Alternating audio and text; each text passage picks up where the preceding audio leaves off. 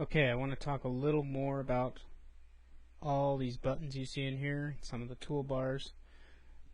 Remember, like I said before, this over here is called the command panel, and this is kind of our command center. This is where most of the things that we're going to be doing take place. Right over here we have the Create tab, we have the Modify tab.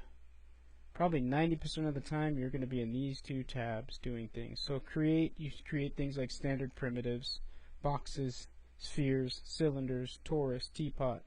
You can also create splines, lines, circles. So those look like that, a basic circle. And we'll talk more about that when we go into basic modeling techniques. Here's where you create lights, cameras, and then these are helpers. We probably won't be getting into those in a beginner course.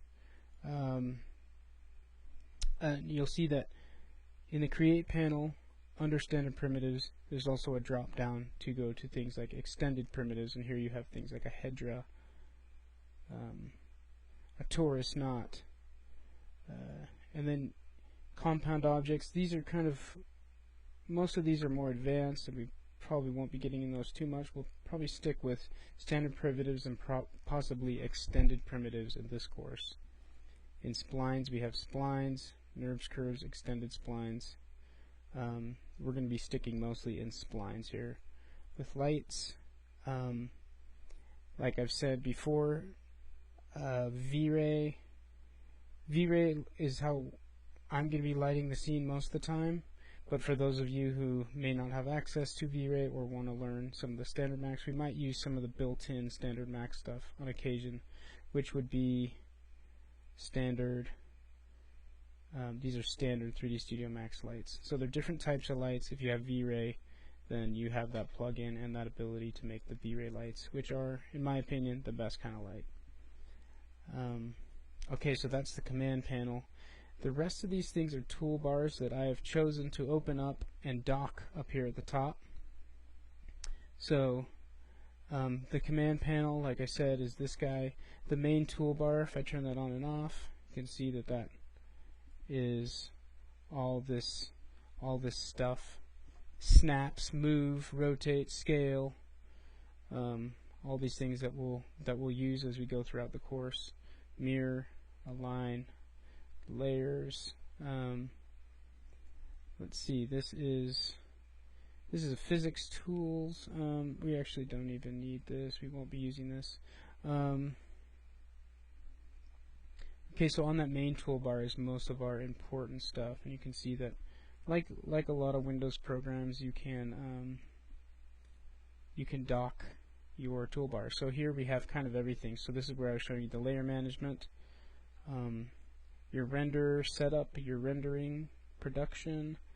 I would definitely recommend just right-clicking in any of these toolbar areas, making sure main toolbar is checked, and then docking it wherever you prefer, because you're going to be using that over and over and over again. Up here you have something called the ribbons, and this is a little bit advanced for what we're doing right now, but I might be able to show you some of that when we get into a little bit of polygons. This is just more menus, and then of course you can find kind of all the same stuff up here. It's just used less frequently because it's probably the hardest way to access a lot of these things. This main toolbar has a lot of the stuff you're going to need, and then in combination with the command panel over here. Down here are your navigation buttons. So there's pan, zoom, zoom region, like, you know, zoom like that. Zoom extents. Honestly, I really just never use this stuff because I have a hotkey for all of it, and these are all navigation tools which you're doing constantly at a high rate of speed. So I would recommend setting up hotkeys for it. I showed you some of them already, like the pan and the zoom. Zoom extents object is kind of an important navigation tool. So for me, the hotkey for that is E. And what that does is zoom in. It maximizes the selected object in your screen. That is zoom extents, and if you hold down on these buttons it gives you more options. So there's zoom extents and zoom extents object or selected. So that's that one. Zoom extents regular is just zoom extents of all objects in the scene. I never use that. I always use, so if you have nothing selected and you zoom extents object, then it will just do the regular zoom extents.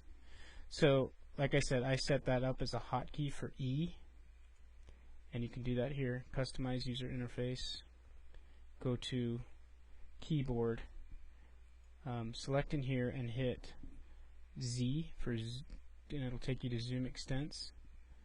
Zoom extents selected is the one you want. Set that to E by going here and typing in E. Mine's already set up.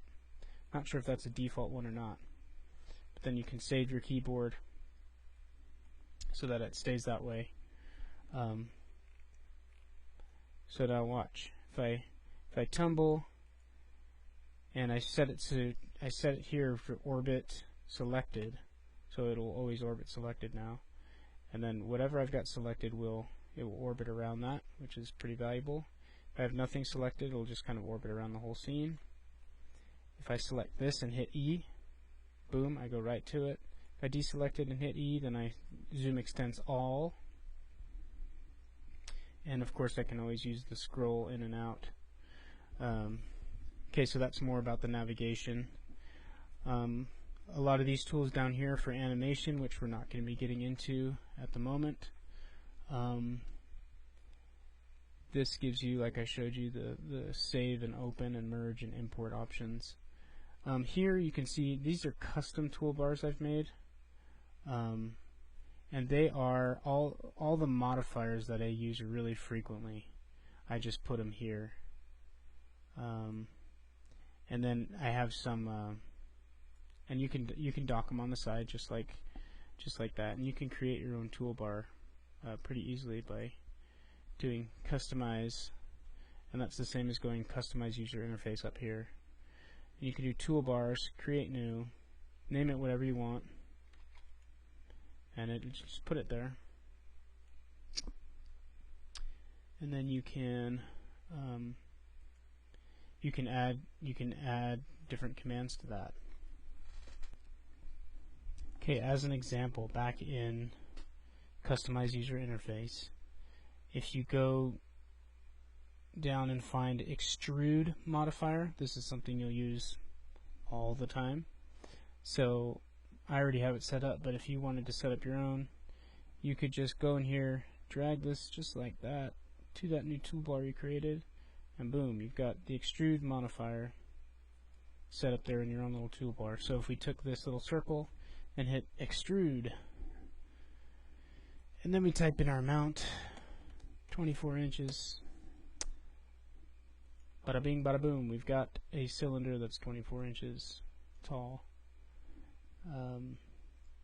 As you can see here in 3D Studio Max, and this is one of the nicest features that 3D Studio Max offers, there's something called a modifier stack, and that will always be here in your modify tab of a selected object. So if you select this circle, go into the modify tab, it will show you that first you had a circle, then you put an extrude modifier on it. You can turn that on and off like that. You can adjust it up and down, and you can take the circle and change the radius of it still. So this is something that's kind of unique to Max. It enables you to model in a different way with modifiers and splines, and basically put modifiers on any objects, and you can kind of go backwards a lot of the time and still modify things even after you've moved on. You can go back to them. So that's the modifier stack, and we'll look into that a lot more later. But hopefully this video has helped you understand some of the important keys, toolbars, those sorts of things, and more about the navigation within 3D Studio Max.